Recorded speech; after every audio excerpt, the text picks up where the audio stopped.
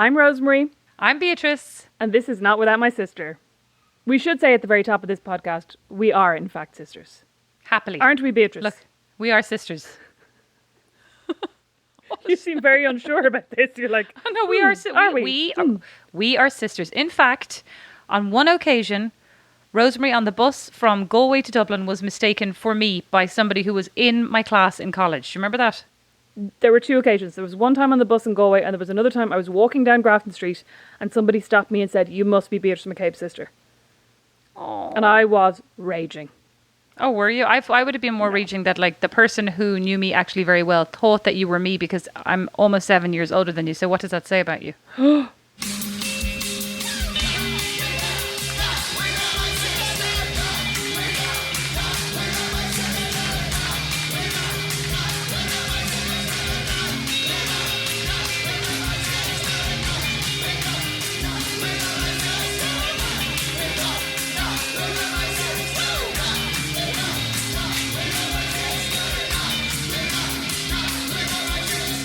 Today, right, this is an excellent anecdote segue into the topic of our episode today. But today, I was outside weeding with my boyfriend's son.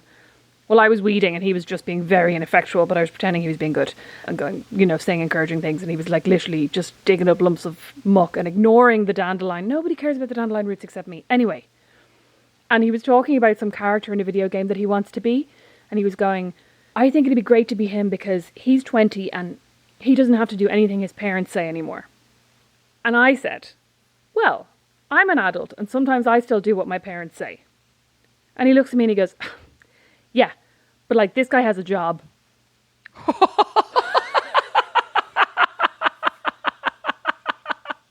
From the mouths of babes. From the mouths of 7-year-olds. And I went, well, I have a job. And he was like, but you don't leave the house. I was like, well, none of us do now, in fairness. Well, anymore. Actually, yeah, very true. But that makes you feel any better. It doesn't. He was so dismissive. Oh. Yeah, but he has a job. And but I see, was the just problem thinking, is with kids, like when they tell you things, you know it's true. I know. And I was just thinking, like, little does he know now, I'm going to record an entire, like, hour-long ramble with my sister about our careers. I do have a job. You're like, I'm planning to work for at least an hour today. I'm going to force him to listen to this now. Oh my God, are you drinking tea? Yeah. That's not like you. Oh no, I've got the wine right here beside me too. Oh yeah. Don't worry. Fear not. I don't have wine. I only have Diet Coke. Hashtag hoping for a sponsor. Diet Coke. Oh my God. I don't know that we're the best representations of Diet Coke. No offense. Just saying. Or maybe we are. My because God. Without it. Oh, sorry. I know you hate that. I should say I am not the best representation. Oh my God. Sorry. That is honestly, I hate that. I hate more than when somebody lumps you in with their own body issues. I'm sorry. Because I have a friend who used to do that to me all the time. Be like I'd see her at Christmas shit, and she'd look at me real like sympathetically and go, "How are you getting on with the diet?" And I'd be like, "Sorry, I'm on a fucking diet." No, obviously I was. So I was like totally raging. Like, I'm getting on great, can't you tell? Okay, well, moving on. I didn't mean that. It was about me. You're right. That was projection. You do you. I will. Moving on. You do you me. Excuse me. My God, so embarrassing. Anyway, moving on. Today we thought we'd talk about our careers because they're great. Because they're great. We're real high achievers, but also because we asked in the last podcast for people to suggest things that they'd like us to talk about, didn't we? We did. Yeah, and we got a long list of things. Lots of them were about Beatrice, which was very annoying. Like, tell us more about your sister. How did she end up in America? Tell us more about your sister's life in America. But in fairness, you can't really complain. I don't think there's anything about your life that people who follow you or interest in you don't already know, like down to the most intimate detail, as our mother would say. Much to our mother's chagrin. I hate when Rosemary's on the radio. I hate the stuff she talks about. She just shares everything. I got a text from her as she was listening to, I think it was episode 3, where I was talking about being in France and that German guy sitting down beside me and putting his hand on the gusset of my knickers. And she texted me, it was literally like, This podcast with a capital P, this podcast is not for your parents. Why did you tell us to listen to this? Oh my God. Why did you tell her? Yeah. You should have been like, don't bother listening to that episode. It's crap. I didn't tell her to listen to that. I actually Oh, you shouldn't be assumed- complaining. You've always been complaining Yeah. she never listens to your capital P podcast, and now she's listening. She has never listened to a single one of my capital P podcasts until you appeared on it. And now that we are doing a podcast together, she is listening to every episode. What does that say to you? Maybe you're the favourite. Oh, Rosemary, let's move on. Let's talk about our careers. Let's get into the meat and potatoes of the conversation, as they say in Ireland. Yeah, exactly. Do they say that in Ireland anymore? No. No. Did they ever Let's- actually? No. Let's Okay. start with you, seeing as you're the one people are most interested in, and then they could just switch off for the second half. You're so self-deprecating. It's ridiculous. Go on. I'm very humble. Hashtag stay humble. Beatrice, tell us about your amazing career. How did you get to where you are now, the dazzling heights of Fort Wayne, Indiana? You bint. I like to say, Rosemary, as a joke, and then I always regret it because it's generally people in Fort Wayne that I say it to, that I have done my career backwards.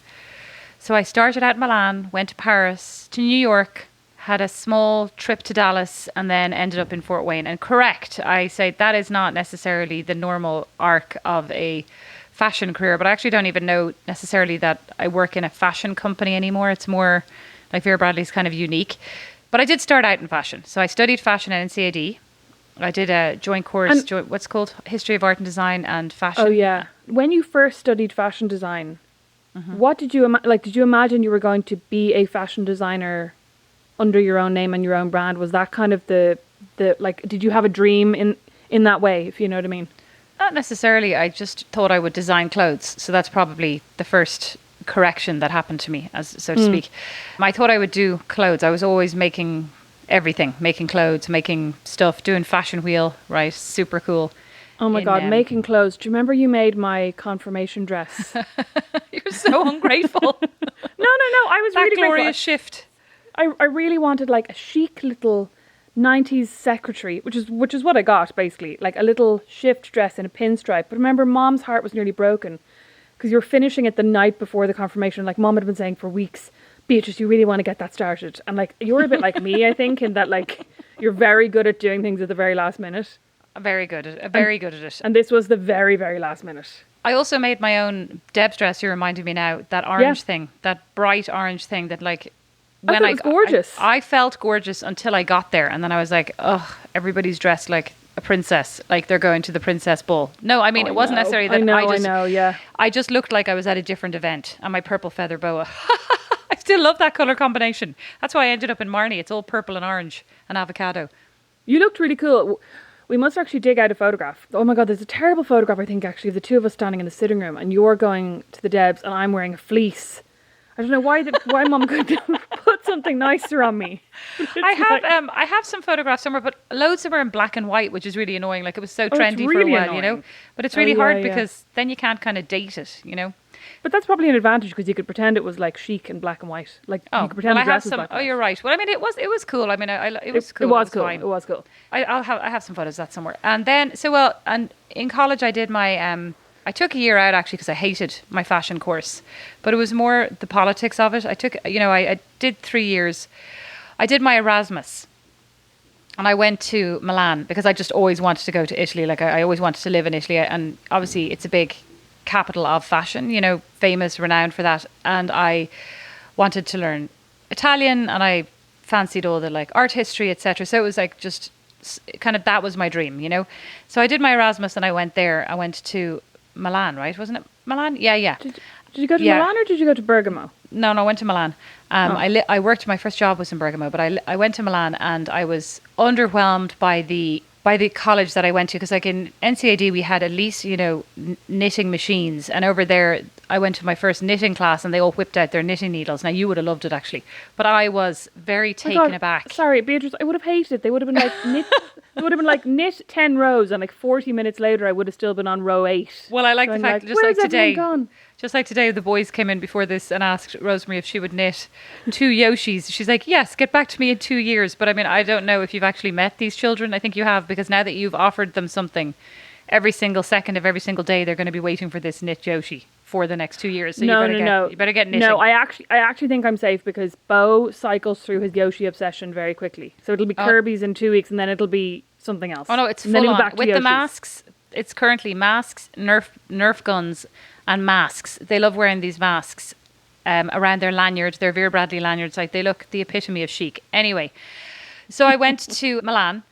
I don't remember this at all.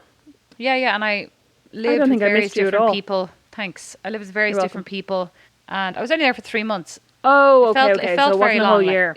yeah, no, only for 3 months, and it was hard because I didn't have the language, at all. Hadn't ever studied Italian, etc. But I mean, it was great. It was very exciting and very kind of inspirational. But I don't know that I got an awful lot out of the college itself. It was. I remember there was an illustration. There was fashion illustration as well. And like instead of kind of saying, "Hey, let's look at the clothes" or "Let's think about the poses," I remember the only feedback they ever gave me was like, "Your lipstick isn't bright enough on this illustration. Like you need to give her more fashionable eyelashes." And I was always like, "What? How is this? This is bizarre." So so then I went Love back, took a fashionable year eyelashes. out. I know. I took a year out and I went down and lived in Kilkenny. Oh yeah. Okay.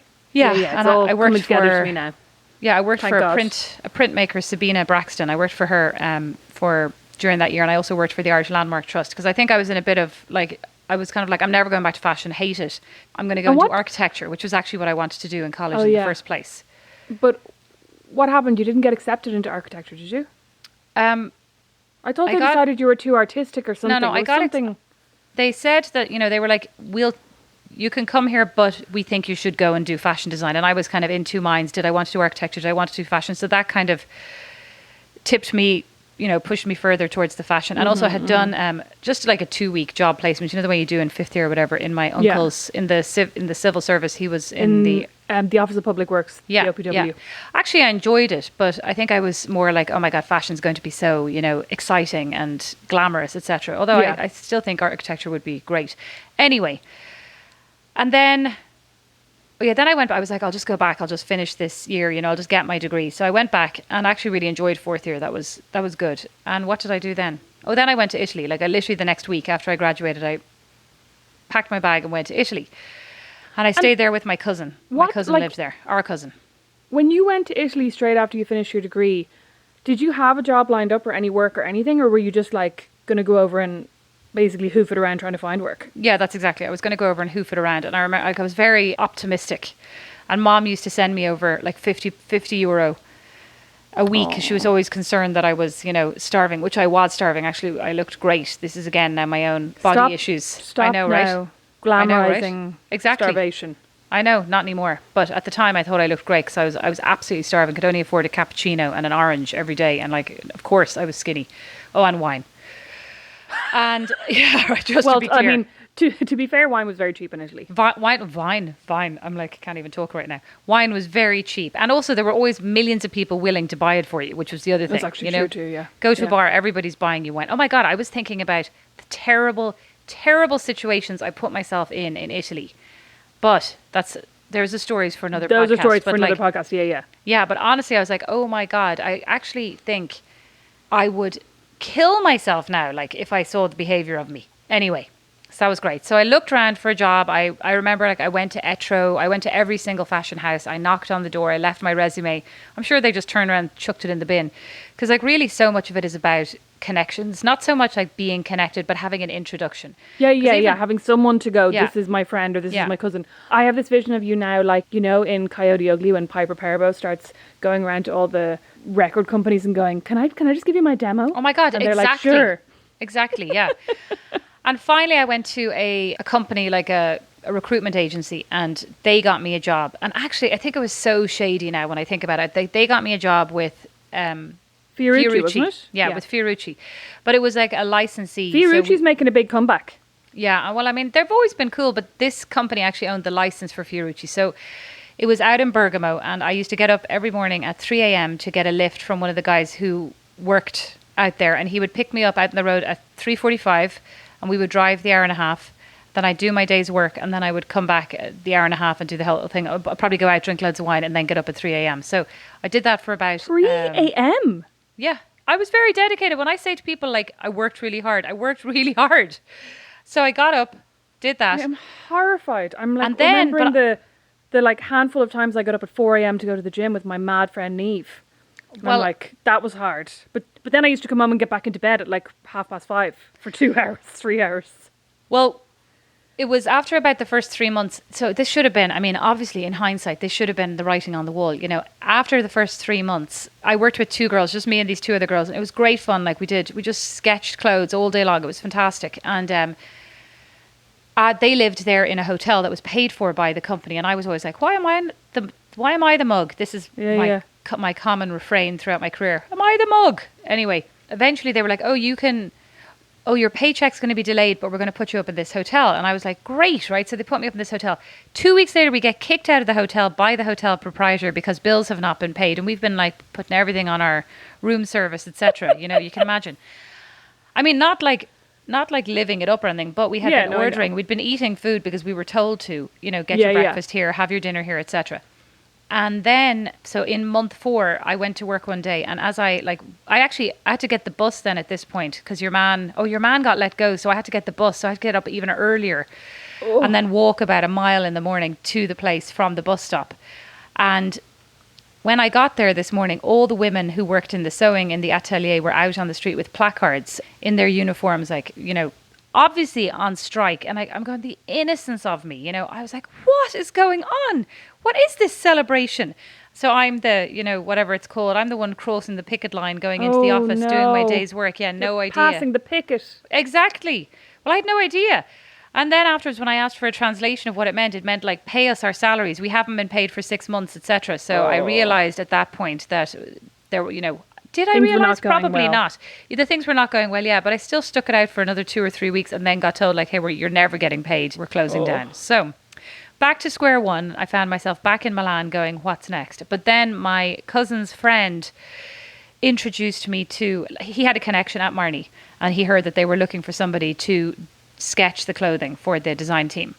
So basically they would do the roughest kind of artistic sketch and then I would interpret it in a much more technical fashion. Okay. I wonder actually if I still have some of those drawings. They were very nice. Like, it was actually a really, really zen job. Like, it was, the hours were crazy, but for the first kind of couple of months it was super zen. I just sat there all day, like, with clothes on mannequins, drawing these beautiful kind of portrait drawings. It was so gorgeous. And then anyway, then they started to realize I could use the computer, which was the end of me. And so then I was like put on making line sheets, and then I was working with the creative director. It was so tiny. There were only like 3 or 4 designers in the whole place. 3, I think, and the creative director, and I worked directly with her. And then I started traveling with her, and she started kind of involving me more, and I got very involved in the print development because, again, I remember one time I was at home and I lived over an hour away on the bus. And she called me up at 11 p.m. and she was like, Beatrice, I need you to come into the office. It's urgent. So I got out of my pajamas, got into my clothes, got down on the creepy bus because I lived, you know, not in the most salubrious area of Milan. Went to work, walked the 25-minute walk from the bus stop down to the office, went up to the 3rd floor, and she goes, I don't know how to turn on this computer. Turn it on for me, please. And I literally pressed the power button, turned around and went home. And yeah. So there were these moments of, like, not the most, you know, glamorous fashion moments either. But anyway, I actually have my time cards. I was looking at them recently, my timestamps, and it was insane the amount of hours that I worked there. Like, we didn't necessarily start we started at about 9 or 9:30, but which I should put in the notes is like now, to me at the time, was a very regular start time. Now in Fort Wayne, Indiana, everybody here is up with the chickens. Oh, like, no, stop. This is literally like, I put on a 7 a.m. meeting because you're all booked up. I'm like, 7 a.m.? And of course, working from home has only made that even worse. Could we sneak in at 6:45? You can, feel free. I'll join you later. Go for it. Listen, like, I learned this when I started dating Brandon, and he was like, we're going to go for breakfast on Sunday with, you know, Amy and Kurt and a few of our friends. Horrified. Yeah, and I was like, oh, great, what time? And he's like, 8:30. And I was like, what? What? On a Sunday? Like, what? And he was like, why? What time on a would Sunday? you have breakfast? You mean ever? Any day of the week, but especially on a Sunday. I mean, for a person with a job who's like, we're going to have breakfast at 8:30 a.m. before work, fine. Yeah, well, when I started that here was as well. before work. When I started here as well, they did a lot of morning, onboarding meetings. So it'd be like, okay, I want you to meet up with the director of sourcing or with somebody from IT or whatever, just to kind of get to know various people around the organization. So many people were like, how about we meet at 6:30 for breakfast outside of the office and then go to work? And I was like, how do you say, like, you're brand new? I'm like, Oh, okay, I don't really eat breakfast. Brandon gets up at 4:30 every day to go to work. Now, he's actually mad because he doesn't leave until 5:45, but he likes to get up and have his breakfast and stuff.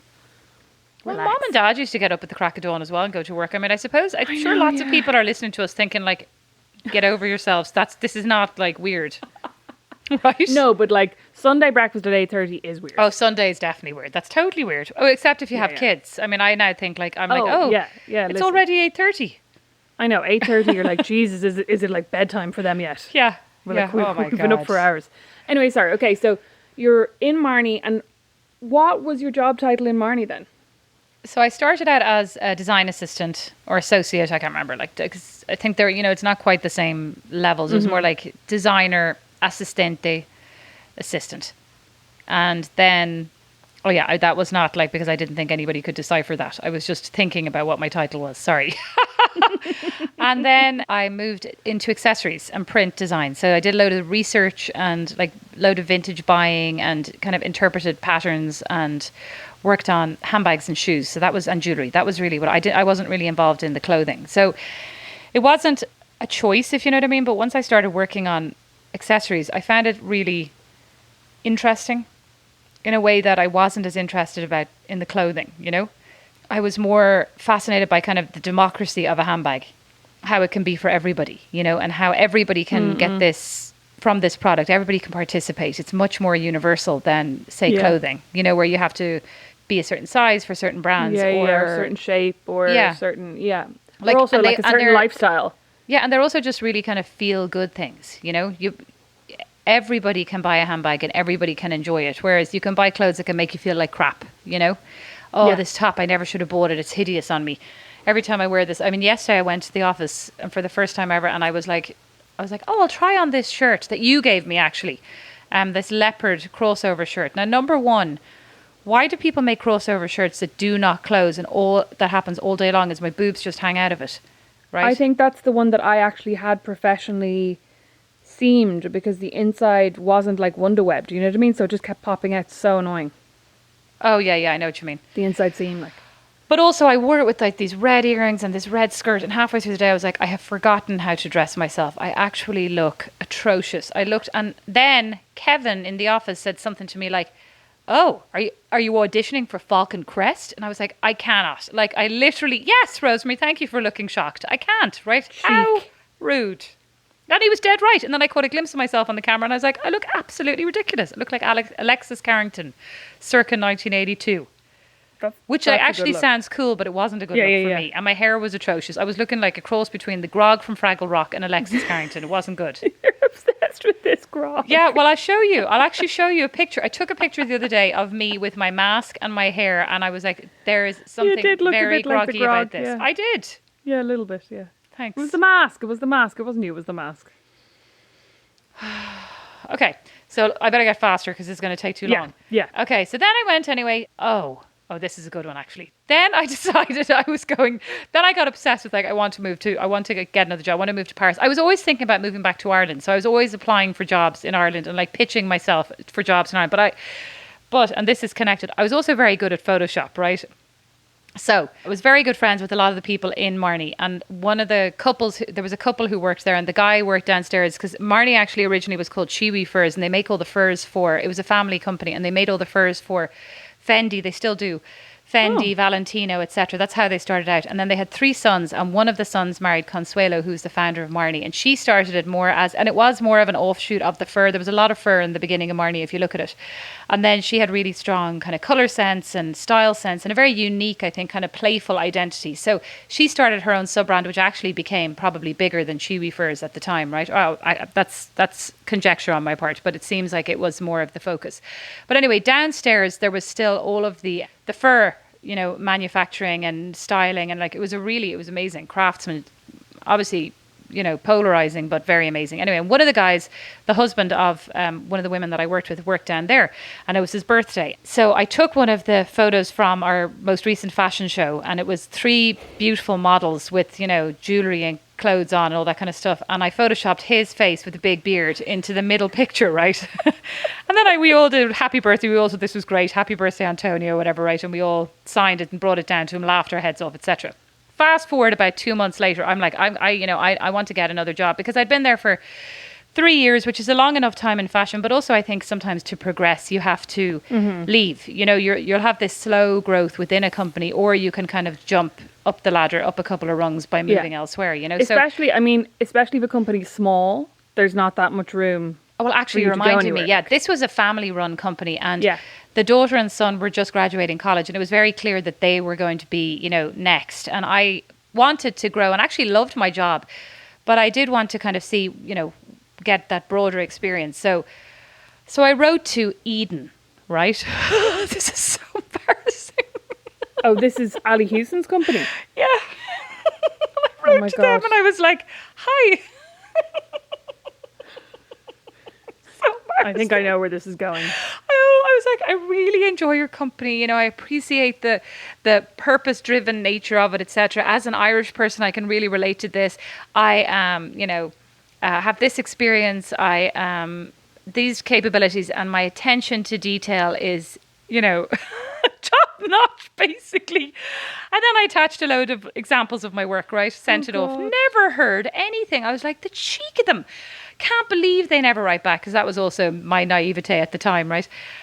Next thing you know, like a couple of weeks later, I'm like scrolling through. I'm like, I'm going to look again. That was a really great letter, and I sent them really great work examples. I'm going to check this out. I can't believe they never replied to me. So I'm scrolling through these attachments, and I'm like, that's a phenomenal bag. I can't believe they wouldn't answer me. And then, that's a beautiful print. The cheek of them. And then I go to the picture of the 3 models, and it's sadly the wrong one, with Antonio in the middle, this big bearded head. I just can't imagine what they were thinking.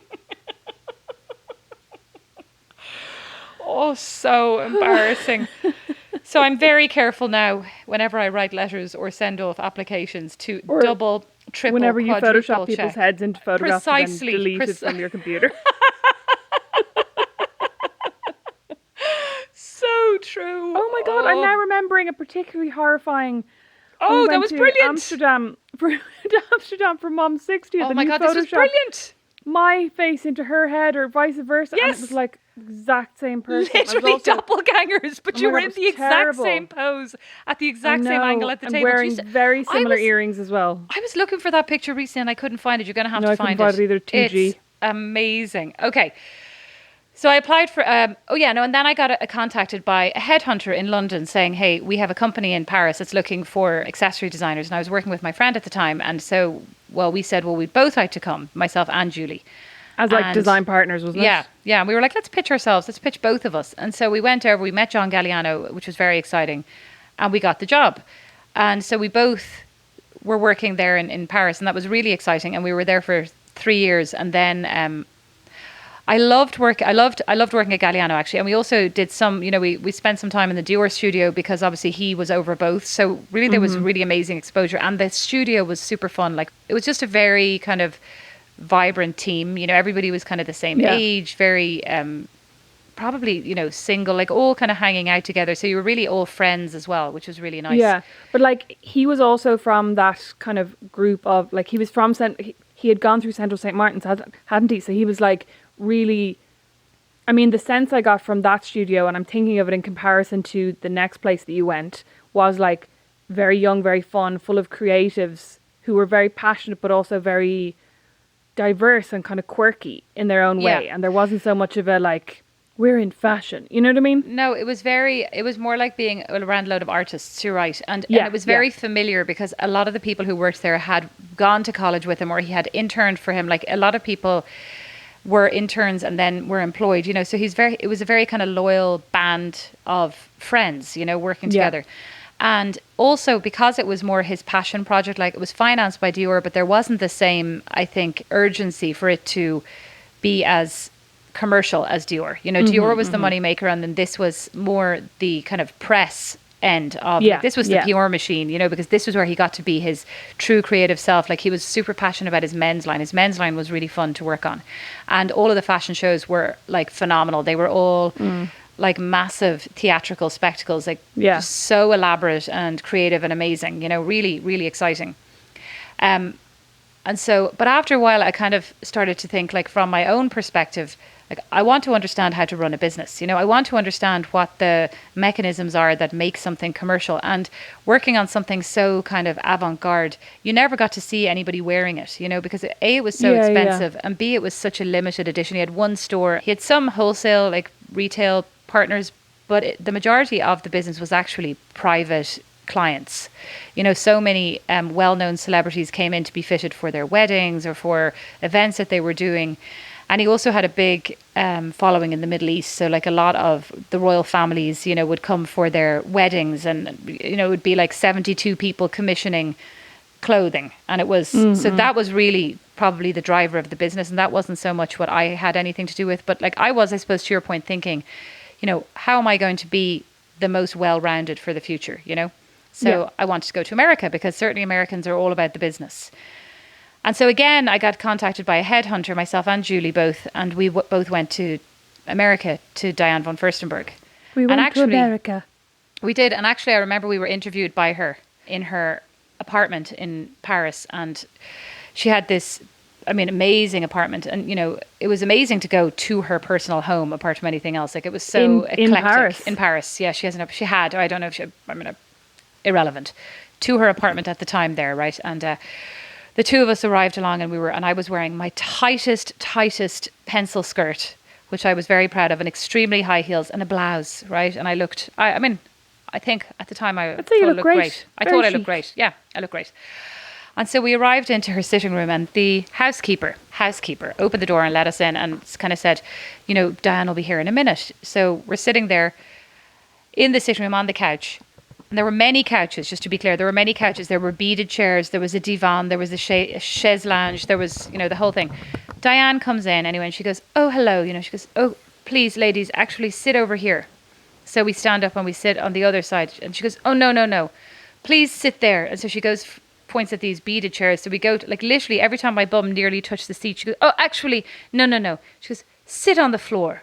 And she curled up like a feline leopard on her chaise longue, and we proceeded to be interviewed sitting on the floor. If you can imagine me in the tightest skirt ever, I was like, please do not rip up the back like you did that time in Cork when I was out and did a Spice Girls high kick, and my skirt ripped all the way up the back on my night out the town. It was so embarrassing.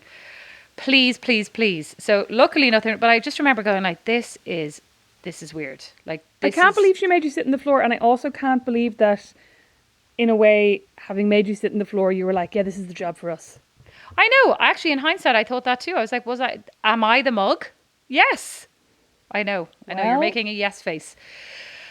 And so then worked for her for 3 or 4 years. And I think it was very amazing to work for a company that was so female centric. Everybody was female. You know, there were a couple of men working there, but it really did celebrate women, and I appreciated that a lot. Like, that was very empowering, except as usual, like, a lot of the very senior roles were men as well. There were a lot of senior females, but like the head creative director was a man, you know, head of finance was a man. Not to say you can't have men in your company, but I felt like that was a bit, her creative directors are generally men, have all been men. And so I would wonder like to about lower that the a bit. tone slightly and just point out the fact that when you got the job at DVF, it was the same time that The City was launching on MTV. And Oh, yeah, Whitney and Olivia Palermo had started work at DVF in the PR department, and I was so excited about your brush with fame. Oh, I mean, So they excited. had these 2 temporary desks. They were there about an hour every day. And at the time it was funny, right? Because Olivia Palermo was the sidekick, and Whitney was the star, right? of that show. Yeah. And so that was a great job. That was really interesting, and that was accessories. And then we worked on handbags. Can't believe she made you sit on the floor. I know, right? We launched handbags for her and jewelry, like everything accessories wise. And then I worked for Vince Camuto, which I think Oh yeah.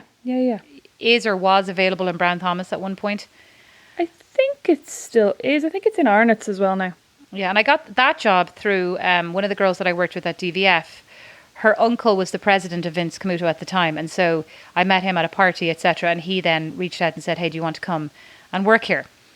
And so I went there, and Julie got a job in Juicy Couture, and she went to Juicy Couture. And at that point we decided, we wanted to kind of grow our own careers and have that, and see if you could be successful by yourself, Yeah. And so I worked there, and I was there only for a year, and it was amazing because I worked on lots of different brands. Vince Camuto is a footwear company, right? So they have a ton of different brands that that they do footwear for. Oh, but yeah, they wanted yeah. to try handbags, so they were like, we're going to build a massive powerhouse handbag company, and you're going to lead this. So that was super exciting because I worked on lots of different brands at the same time.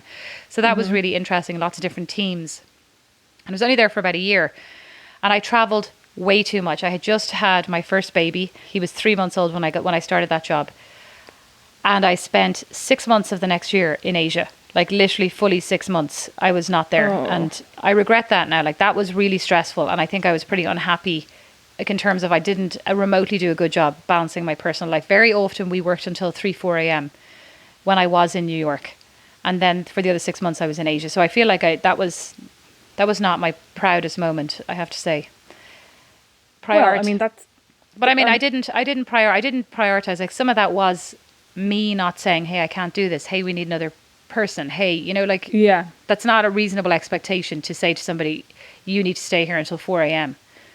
Yeah, but it's also really hard to be in a position where you're being given a lot of responsibility and to stand up and say, we need someone else, which can sound like I can't do this on my own. But I mean, you know what I mean? Like, no, not really. I mean, I don't agree with you, because I hear what you're saying, but I mean, I think we're led to feel like that. That's but that's a convenient thing for us to feel. I don't think I felt like I could. It just never occurred to me. I would think I was so sleep deprived and so emotionally drained and so emotional after having my first baby, like, that I really didn't even know what I was thinking. You know what I mean? I didn't like. I kind of lost faith in my own ability to be a good judge of, is this normal, is this not? And I have to say, it was not my favorite experience, because I think there was a lot of politics. It was challenging because they were trying to set up this big business, and anything like that is really new, is really hard, because there was a lot of leveraging of, like, internal teams, but they're two very different categories. And so, you're trying to say, hey, this is different, but also respect that person's knowledge and tenure with the company. And, like, there is value to that too, so but sometimes it can be a bit like, who are you? You jumped up, you just joined, but, like, I've been here for ages. Why are you doing this? I could do this.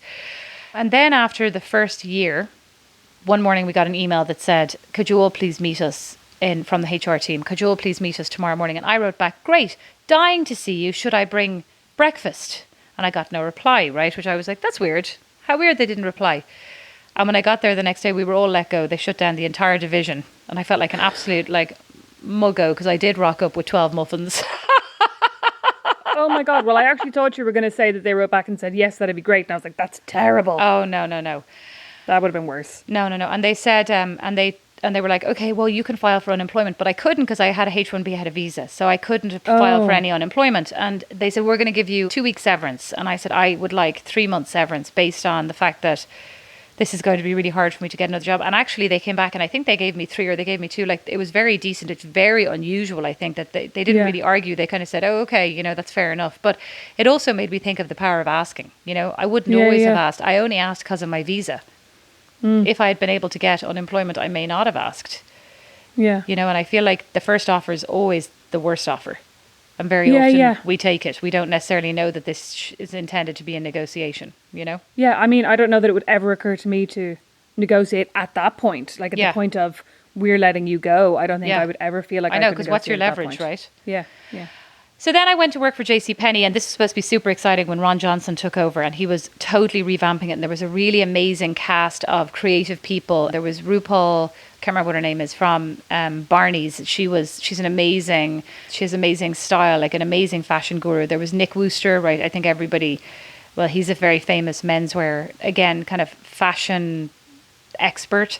And all of these people had been brought in to really rethink what a modern day department store should be like. So it was super energetic and energized and exciting. And And again, I was over multiple brands, and it was an exciting time. And the first week that I was there, my boss and my boss's boss and everybody who hired me was let go. So that was alarming. Right, that was alarming. And so then it kind of morphed into, God. Ron Johnson was having a lot of problems. The teams weren't really on board. The buying teams who'd been there for kind of 30 years were like, this one is not, like, he's telling us to do one thing, but we know what we're doing, and we're going to do what we're going to continue doing what we've been doing. And so there was a lot of internal friction. And he didn't really, it didn't really go down very well with all the people JCPenney's in Texas. Is based in Texas, and I was in the New York office, and it didn't really sit very well that he kind of came in and brought in all of these new people instead of, again, kind of saying, hey, what experience is already in the building? You know, how can I get you. And I don't think there was great communication. It was more like this crack team is sort of reinventing everything, and we'll let you know when you need to execute it, versus like bringing you on the journey, you know? Yeah. And so I think that didn't go really well. And also it was very old fashioned, because JCPenney was like, is I think 100 years old or something, like a very traditional retailer. And so they had a lot of things, like the executive office for this leadership team was up on the second floor. And it was one of the only things that was like up in this kind of weird bird's nest annex. And there was a separate entry from outdoors, and you could bypass like all the plebs basically, and that was how it worked. Like they would come in, they would land their helicopter on a Monday, they would all take the back stairs up. They would have their private dining room and, the private chef, and never kind of rub elbows with the hoi polloi, so to speak. And I think that also, I mean, as you can imagine, did not go down very well. It was like, what are we, chopped liver, as they say in America? Am I the mug? Am I the mug? Exactly. I remember when I first learned that phrase, I was like, chopped liver, what does this mean? I'm actually a moron. Anyway. What does it mean? It means like, what am I, chopped liver? Who likes chopped liver? Nobody. I've had a very delicious liver stir fry in my day. Well, and I'd like to say, and that example that you just heard there was why I don't do American accents. I actually do them, but that is why I am not renowned. Only I am good at them. I am not known. You're not good at them. I am not known for my American accent. And then I got a job at Fossil, also in Dallas, but this time we moved to Dallas because we were pregnant with my second child. Actually, I have now gotten 1, 2, 3. How many jobs? Loads of jobs while I was pregnant. Oh, which I think is actually also unusual. Well, so while you were on maternity leave at Nash, you got the job at Vince Camuto. Yeah, but that was kind of fine because I was not pregnant. Yeah. So you were coming back to work, and then while you were pregnant with Beau, you got the job at Fossil. I was 5 months pregnant. Yeah, and then while you were pregnant with Chance, you got your next job. Yeah, and every single time I went for the interview, got the job offer, and then said, "Hey, I'm pregnant." And every single time they were very nice and accommodating, which I presume they have to be. It was so much stress. Do they have to be in America? Yeah, they certainly can't say we're rescinding that offer because you're pregnant. I mean, they could say we're actually rescinding the offer because we're not hiring for this role anymore, etc. But I think it would be dangerous. But it was very alarming. Anyway, and so I worked there for 3 years, and that was really interesting because it was a lot of categories that I'd never worked on before, like watches, men's. Well, I worked on men's at Galliano, but it was more commercial. But it's very commercial, very business driven. Like it's a $1 billion business, And so it was huge and really interesting to kind of get into the nuts and bolts of how the business works, which was really what I'm interested in. And then there was a marketing aspect and print development and all that kind of stuff. So really all encompassing, but that was really an interesting job. And then there was a lot of internal changes in terms of leadership. And I started thinking it was kind of a time of a lot of disruption. It was after about 3 years again. And I was approached by another headhunter about this job here, which I ended up kind of going, I'm not interested. And Don was like, we are not going back to Indiana, because he used to live in Indiana years ago. And then hated it. Yeah, and here we are. And yet here we are, happy as Larry, as they say. Happy as Larry. Larry. So you went from your very first job, say, in Marni was as design assistant, and what's your title now? So now I'm the Chief Creative Officer. So I'm responsible for all product design and development for the creative design. So every kind of product or asset or thing that the customer sees goes through my teams. Yeah. So it's kind of creating that holistic vision of what a brand is, Okay, yeah. So like the brand look, like the kind of look and feel of the brand, all of that falls under your... Yeah. And how many years are there between when you started at Marni and where you are now? Just, I mean, I think it's interesting Yeah. to kind of figure out how long it's taken to get from X to Y. 18. And I have been here Wow. for 2 years, so 16. Wow. But I think that what is great about this job is that it's really collaborative. Like, it's not as singular, maybe as a lot of places that I've worked before, you know, where I really believe that the best outcomes are part of teamwork. You know, I don't think anybody has brilliant ideas in a vacuum. You're doing your presenter's voice now. Am I? Yes, you're like, I really believe that the best outcomes come from, you know, teamwork. Okay. Delighted with myself now. Are you? You have a presenter's voice too. Do I? A bit. I repeated exactly how you said it. People won't even know if it was me or if it was you. They will actually, because you're the posh one. You know what's funny though? Like I remember when you were working in Paris at Galliano, I remember being so, I mean, I don't want to say jealous, because then Mom's going to listen to this and be like, oh, she's always been very jealous of everyone. I have. She doesn't think that. Oh my God, she does. No, she doesn't. Oh my God, she's like, you're just like my friend. She used to be jealous of everyone. Oh She my says this to me all God, the you're time. not allowed to name people. You are when they're old. I mean, you're Look allowed at to Grant, name she Mom. knows that. You're allowed to name Mom. Yeah. We can name Mom. But I remember being really like, jealous is kind of the wrong word because it doesn't really make sense in the context. Really but I was jealous. Is that what you mean? But I was not just jealous, really jealous. Really jealous. Raging jealous. But I was jealous because I was like, oh my God, she's so successful. And she's like, I think you were 25 or 26 at that point. And I was like, I'm never going to be that successful when I'm 26. And I was fucking right. I was right to be jealous all You along. were that successful. So, Rosemary, on that note, you were that successful. It's just I now wasn't. that Now you I've don't no have a job. It turns out that chatting through somebody's 25-year plus career takes longer than you think. So part 2, where we discuss my career, is coming next week. Not Without My Sister is produced by Liam Geraghty. Sound editing and original music by Don Kirkland. And our original illustration is by Lindsay Nielsen. Not Without My Sister is a member of The Warren, the home of great Irish podcasts. As is my podcast, Meet Your Maker. You'll find more great shows at thewarren.ie.